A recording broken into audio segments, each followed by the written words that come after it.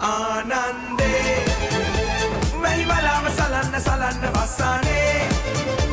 පොත ඉහින්න වයන්න නටන්න සන්තෝසේ මල් ගිය විඳින්න හදි